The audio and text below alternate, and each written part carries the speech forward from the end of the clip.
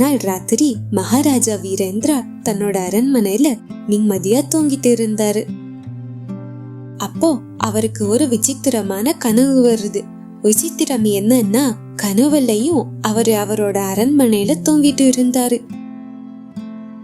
அந்த கனவுல தன்னோட ராஜ்யத்துல இருந்த ஒரு வியாபாரி அரண்மனைக்குள்ள நுழைஞ்சி ராஜா தூங்கும்போது பக்கத்துல கலட்டி வச்ச மோதிரத்தை திருடிட்டு போறான்.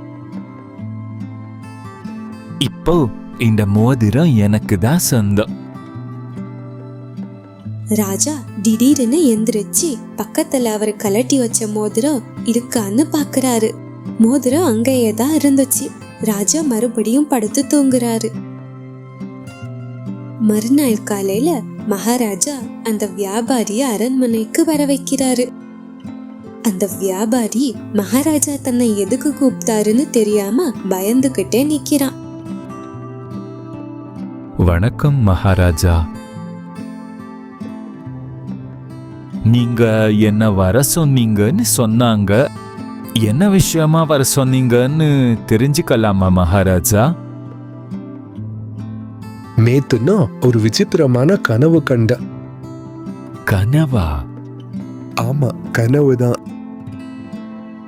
ஆனா மகாராஜா, நீங்க விசித்திரமான கனவு கண்டதுக்கும் என்னை இங்க வர வச்சதுக்கும் என்ன சம்பந்தம்? சம்பந்தம் இருக்கு. நேத்து நீ என் கனவுல வந்து என்னோட ராஜ மோதிரத்தை திருடிட்டு போயிட்ட. என்னது? கனவுல வந்து மோதிரத்தை திருடனா? ஆமா, அதனாலதான் உன்னை இப்போ இங்க வர வச்சிருக்க. அந்த வியாபாரிக்கு கொஞ்சம் குழப்பமா இருக்கு. ஆனா மகாராஜா, அது கனவு தானே, நான் ஒன்னும் நிஜத்துல திருடலையே. கனவுகள் சும்மா வராது, அதுல ஒரு அர்த்தம் இருக்கும். அது ஒருத்தரோட உண்மையான எண்ணங்களை காட்டும். மகாராஜா, நான் உங்க மோதிரத்தை திருடணும்னு கூட நினைச்சதில்ல. அது எப்படி இருக்கும்னு கூட எனக்கு தெரியாது மகாராஜா. அதெல்லாம் எனக்கு தெரியாது. நீ குற்றவாளின்னு நான் முடிவு பண்ணிட்டேன். இப்ப நீ தண்டனைய அனுபவிச்சே ஆகணும். என்னது தண்டனையா? ஆமா, உன்னோட தண்டனை என்னன்னா, நீ 10,000 வெள்ளி காசு அபராதமா கட்டணும். மகாராஜா, கனவுல நடந்த விஷயத்துக்கு நிஜத்துல தண்டனை கொடுக்கறது நியாயமே இல்ல மகாராஜா.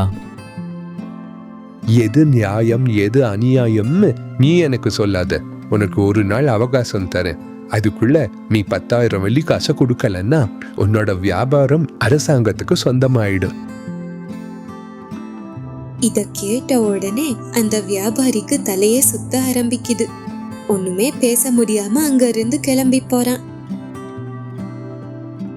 ஐயோ கடவுளே, கனவுல நடந்ததுக்கு நிஜத்துல தண்டனையா? இவரு கனவு காண நான் தான் கிடைச்சேனா? இப்ப வேற வழி இல்ல. மந்திரி சோமு கிட்டதான் போய் உதவி கேட்கணும். இப்படி யோசிச்சுக்கிட்டே சோமு வீட்டுக்கு போற வழியில அவருக்காக காத்துக்கிட்டு நிக்கிறான். அப்ப அந்த வழியா சோமு வராரு. வணக்கம் மந்திரியாரே. வணக்கம் கிருஷ்ணா. மந்திரியாரே, நீங்க எல்லாம் கேட்டுட்டு தானே இருந்தீங்க. நீங்க தான் என்ன காப்பாத்தணும். கனவுல நடந்த விஷயத்துக்கு நிஜத்துல தண்டனை கொடுக்கறதெல்லாம் நியாயமே கிடையாது. தயவு செஞ்சு என்னை எப்படியாவது காப்பாத்துங்க மந்திரியாரே. இத கேட்ட சோமு கொஞ்ச நேரம் அமைதியா யோசிக்கிறாரு. கிருஷ்ணா, உன்னோட கவலை எனக்கு புரியுது. நீ பயப்படாத. மகாராஜாக்கு புரியுற மாதிரி நான் அவருக்கு எடுத்து சொல்றேன். ஆனா மந்திரியாரே, நான் அந்த 10,000 வெள்ளி காசை கொடுக்க முடியாது. என்கிட்ட அவ்வளோ காசு இல்ல. நாளைக்கு நான் அதை கொடுக்கலன்னா மகாராஜா என்னோட வியாபாரத்தை எடுத்துக்குவாரு. நீ நாளைக்கு தர்பாருக்கு வா, மத்ததையெல்லாம் நான் பாத்துக்கிறேன். உங்களை தான் மலை போல நம்பியிருக்க. எப்படியாவது என்ன காப்பாற்றிடுங்க. நான் போயிட்டு வரேன்.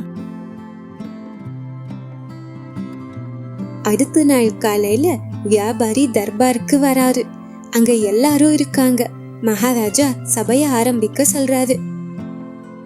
சபைய ஆரம்பிக்கலாம்.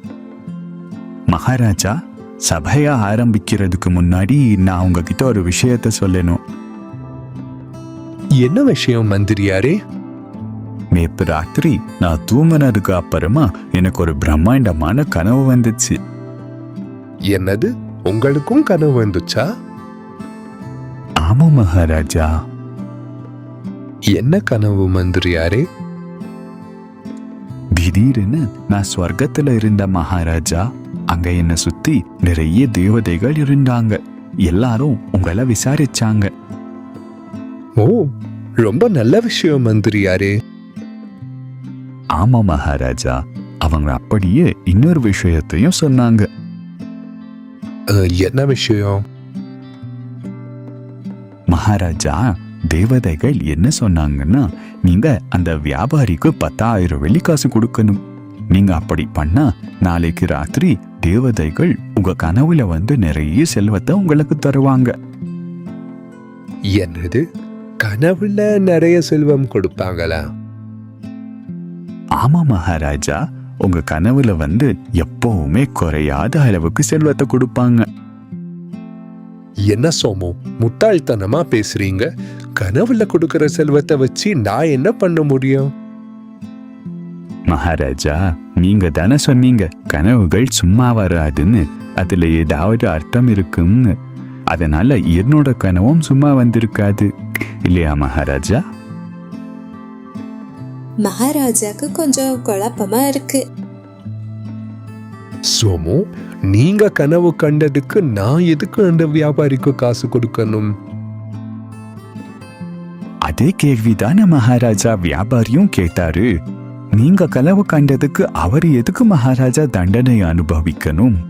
அதுவும் இல்லாம அந்த வியாபாரி ஊர்ல ரொம்ப நல்ல பேர் இருக்கிற ஒரு மனுஷன். ரொம்ப நேர்மையான வியாபாரி. அவர் மேல நீங்க இப்படி பழி போட்டா ராஜ்யத்து மக்கள் அவரை பத்தி என்ன நினைப்பாங்க? அவரோட வியாபாரமே மொத்தமா விழுந்துடும் மகாராஜா. மகாராஜா யோசிக்க ஆரம்பிக்கிறாரு. அந்த வியாபாரி முகத்துல இப்பதான் கொஞ்சம் நிம்மதி தெரியுது. ஐயோ, நம்ம அவசரப்பட்டு அந்த வியாபாரிக்கு தண்டனை கொடுத்துட்டோம் போல இருக்கே. மகாராஜா, உங்களுக்கு எதுக்கு அப்படி ஒரு கனவு வந்துச்சுன்னு எனக்கு தெரியல. ஆனா நான் திருடக்கூடிய ஆளும் கிடையாது. உங்க அரண்மனைக்கு வந்து திருடுற தைரியமும் எனக்கு கிடையாது. தயவு செஞ்சு என்ன நம்புங்க மகாராஜா. எனக்கு புரியுது கிருஷ்ணா. எல்லா கனவுக்கும் அர்த்தம் இருக்குன்னு நினைச்ச. ஆனா அப்படி இல்லைன்னு நம்ம மந்திரி புரிய வச்சுட்டாரு. நீங்க எந்த தண்டனையும் அனுபவிக்க தேவையில்லை. உங்க வியாபாரம் உங்களுக்கே சொந்தம். நீங்க இப்போ கிளம்பி போகலாம். ரொம்ப நன்றி மகாராஜா. அந்த நன்றிய நீங்க சோமுக்கு சொல்லுங்க. நன்றி மந்திரியாரே. இந்த மந்திரி பதவிக்கு நீங்க தான் தகுதியானவங்கன்னு மறுபடியும் நிரூபிச்சிட்டீங்க சோமு. சரி, இப்போ நாங்க சபையை ஆரம்பிக்க போறோம். நீங்க மறக்காம சேனலை சப்ஸ்கிரைப் பண்ணிட்டு போங்க. அப்படியே லைக் ஷேர் பண்ண மறந்துடாதீங்க. உங்களை நாங்க அடுத்த கதையில பாக்குறோம். இது வரைக்கும் பாய்.